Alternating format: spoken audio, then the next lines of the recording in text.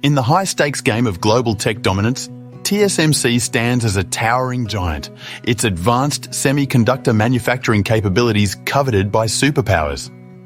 The US and China's tug-of-war over TSMC isn't just about chips, it's a battle for technological leadership, with the winner shaping the future of innovation. Supply chain security is the name of the game, as both nations strive for uninterrupted access to TSMC's cutting-edge tech. This isn't merely about keeping factories humming. It's a strategic move to shield critical technology sectors from vulnerabilities that could cripple economies.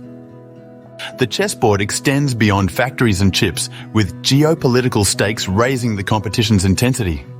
The US backs Taiwan, countering Chinese influence in a delicate balance of power.